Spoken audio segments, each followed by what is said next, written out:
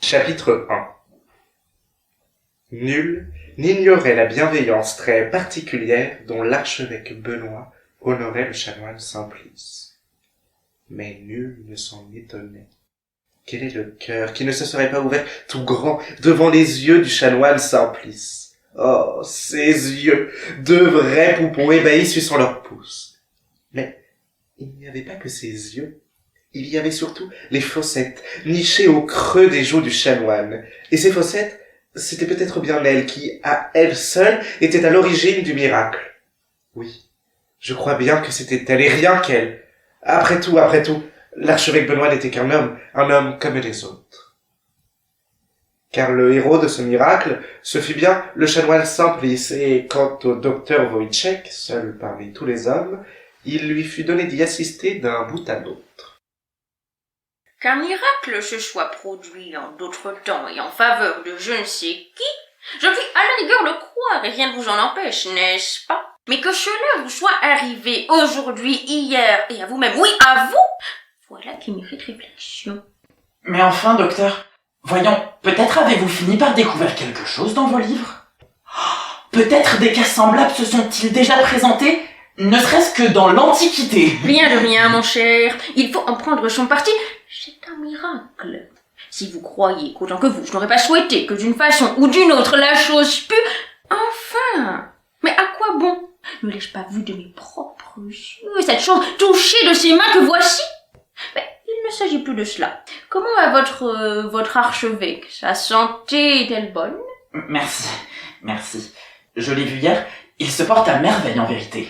En somme, mon cher, qu'est-ce qui vous tracasse? Est-ce l'idée de la vie future, des châtiments possibles, de tout le tremblement? Oh, si c'est ça que je vous rassure, nous en sommes bien loin encore, car il y a un moyen infaillible de prolonger la vie indéfiniment. Ah bon? Et comment cela? Le plus simplement du monde, mon cher. Rappelez-vous, l'archevêque nous a raconté qu'en arrivant à Rome, il avait dû retarder de plus d'une heure les aiguilles de sa montre. Autant de temps gagné sur la vie, n'est-ce pas? Donc, en vous dirigeant vers Londres, c'est 2 heures que vous pouvez ajouter à votre existence, et 6 heures bien sonnées si vous débarquez à New York. Et ainsi de suite, si bien que si vous vous déplacez d'un mouvement continu de l'Est à l'Ouest, c'est de jours, de semaines et d'années que vous pourrez prolonger votre vie, tout cela à votre guise, bien entendu. Oh, essayez, mon cher, le moyen est radical. Tout cela semble si étrange. Et si exact pourtant. Que dire contre des chiffres? Le chanoine était habitué depuis toujours aux affirmations prestigieuses du docteur. Celui-ci, chaque soir, et cela remonte à bien loin, raconte à Simplice une histoire de ce genre et, ma foi, le docteur partit, le chanoine y pense et y repense et dans son lit s'agite lui-même bien davantage tout en réfléchissant. Et cela se termine toujours par une victoire éclatante pour le docteur. Celui-ci, il fallait bien se l'avouer, possédait un esprit aux vues vertigineuses. Et à qui, sinon à lui, le chanoine aurait-il pu s'adresser lorsque la chose avait commencé?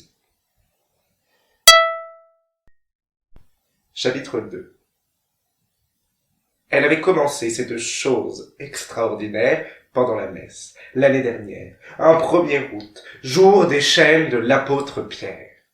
Mais ce n'est que des mois plus tard que le chanoine Simplice s'en ouvrit à son ami, le docteur Wojciech. Si je vous disais, mon cher, que je n'aime pas du tout votre mine. Oh, positivement, vous manquez de couleur. Entre nous, qu'est-ce que vous avez? Ce n'est rien, docteur. C'est sûrement le dîner, ou le manque d'air. On étouffe ici. Bien sûr, à d'autres. Cela fait quelque temps qu'on vous voit enflé à vue d'œil, mon cher. Et on entend de plus en plus de paroissiens s'inquiéter pour votre santé. Ne croyez pas que vos petits malaises sont passés inaperçus. C'est vrai que ces derniers temps, je me sens un peu lourd. Quand cela a-t-il commencé? Ce doit être... Oui, c'est cela. Je me suis senti mal pour la première fois quand cette femme s'est évanouie à l'église. C'était le jour des chaînes de l'apôtre Pierre. Oui, c'est cela, le 1er août de l'année passée. Mais depuis, cela se produit régulièrement, je dois le reconnaître. Et vous avez attendu tout ce temps qu'on me parle de cela? Racontez-moi ce qui s'est produit exactement. Eh bien, c'était le jour des chaînes de l'apôtre Pierre. Pendant la messe, je fus pris d'un étrange malaise, c'était des étourdissements et une pesanteur insolite du côté de l'abdomen. Mais cette journée du 1er août était torride. Les fidèles s'écrasaient dans la nef. L'atmosphère pesait. Au moment précis où j'élevais l'hostie, toute nimbée de rayons d'or, et que je prononçais Corpus Domini Nostri Custodiat, j'ai aperçu une femme à demi évanouie qu'on traînait vers la sortie. Dans le même moment, j'eus l'impression que les dalles sous mes pieds devenaient brusquement flasques et incertaines, que l'orgue pour mes oreilles se faisait lointain et indécis, et que, sur mes yeux, se tissait une épaisse toile d'araignée. Il fallut que je me mordisse les lèvres jusqu'au sang pour ne pas tomber en pâmoison, ni plus ni moins que la femme que je venais d'apercevoir. Et j'eus bien du mal à aller jusqu'au bout de ma messe. Depuis, j'ai souvent de légers malaises. L'odeur de l'encens me devient de plus en plus insupportable, comme toutes les odeurs puissantes d'ailleurs. J'ai souvent des nausées. Et vous connaissez un médecin, un bon même, et vous lui dites rien de tout ça? Mais au demeurant, je me porte à merveille. Si bien qu'à tout venant, on me fait remarquer que j'ai le teint lumineux et que je grossis, signe de bonne santé. Dieu me garde de la gourmandise. Et vous mangez? Je suis un homme de Dieu, docteur. Je mange frugalement et ne m'autorise de petits écarts que chez l'archevêque Benoît. J'ai d'ailleurs mangé chez lui peu de temps avant mon premier malaise. Ah. Mais oui, la semaine précédente, j'ai rendu visite à l'archevêque Benoît qui rentrait tout juste de Rome. Nous avons bu un asti des plus savoureux. Puis dégusté une bénédictine compacte et insidieuse, accompagnée d'une langouste à la romaine, rose comme un nouveau-né. Et c'est tout? Vous n'avez rien d'autre à me dire? Ma foi... Tout cela, et bien d'autres choses encore, le chanoine le révélait en détail au docteur Wojciech sans rien lui cacher, comme en confession. Bien qu'à la vérité, rien ne prouvât absolument qu'il y eût un rapport entre ce qui s'était passé chez l'archevêque ce soir-là et ce qui devait arriver par la suite. Déshabillez-vous. Mais déshabillez-vous donc, mille tonnerres, voyez-moi cette pudeur. Est-ce qu'avec votre archevêque vous faites tant de manières? Oui, tout de suite. Ce corps... Il existe dans certains boudoirs féminins de ces fauteuils recouverts de soie rosée dont les souples rondeurs et les tendres plis sont vivre et accueillir, tout comme la maîtresse du logis. Tel le corps du chanoine. Et alors, qu'attendiez-vous, chanoine, pour me parler de votre état? C'est que... j'engraissais, m'avait-on dit. Signe de bonne santé, n'est-ce pas? Est-ce que... C'est-à-dire qu'il va falloir tailler là-dedans, hein. Sainte Vierge Marie, que me dites-vous là? J'aurais quelque chose qui ne va pas. Et quoi, mon Dieu? Quoi donc? Mais parlez! Écoutez-moi, chanoine, j'ai peur que... Oh, et puis non, il me faut d'abord procéder à l'ouverture de ce ventre-là, ensuite je vous dirai. Mais non, docteur, dites-moi, est-ce que c'est grave? Quand il s'agit d'une femme et qu'on va augmenter le volume du côté du ventre, il n'a pas lieu de s'inquiéter. Mais quand c'est à vous, ou à moins que cet accident arrive, alors là, fini de rire, n'est-ce pas? Voyons, mon cher, il y a longtemps que cela vous a pris. Eh bien... oui. Depuis le 1er du mois d'août, depuis le jour des chaînes de l'apôtre Pierre. L'archevêque Benoît venait de rentrer de Rome.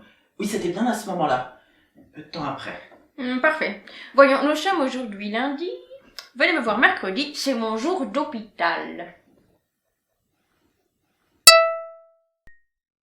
Chapitre 3. Et ce fut ce mercredi-là, qui se trouva être un mercredi des cendres, que la chose arriva. Une pâle journée de février sous un ciel d'hiver, des fenêtres d'un bleu éclatant, du vent, tout s'envole.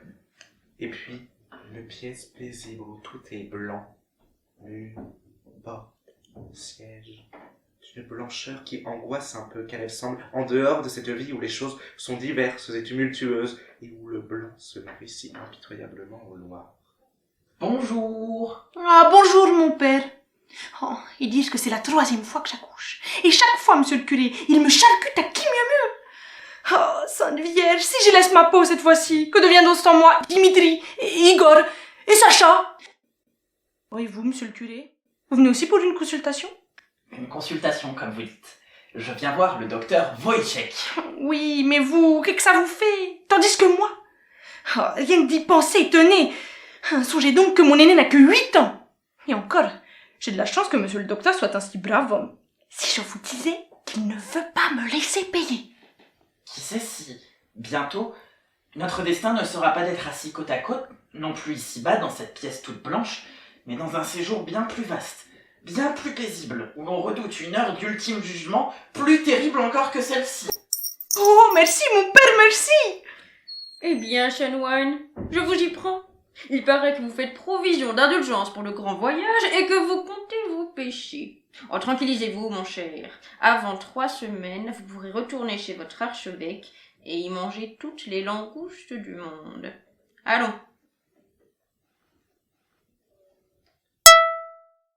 Chapitre 4. Comptez tout haut. 1, 2, 3. Eh bien, quoi? Vous m'entendez? La femme, elle, n'avait pas entendu le docteur Wojciech. La faim avait été son lot. Toute vêtue de blanc, maintenant, et si calme, ses bottines et sa robe ne formant plus qu'un ballot ou pas une étiquette, tandis que, dans une pièce voisine, vagit un bébé tout rouge au front immense de penseur. Mais, pour le chanoine Simplice, ce n'était que le commencement. Je fais donc encore partie de cette terre. Et cette femme, celle qui était à côté de moi, Eh bien, mon cher, cette femme, vous avez eu plus de chance qu'elle, voilà tout.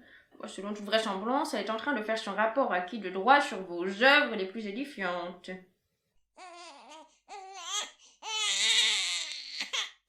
Mais vous êtes fou, voulez-vous bien rester couché? qu'est-ce que c'est que ça?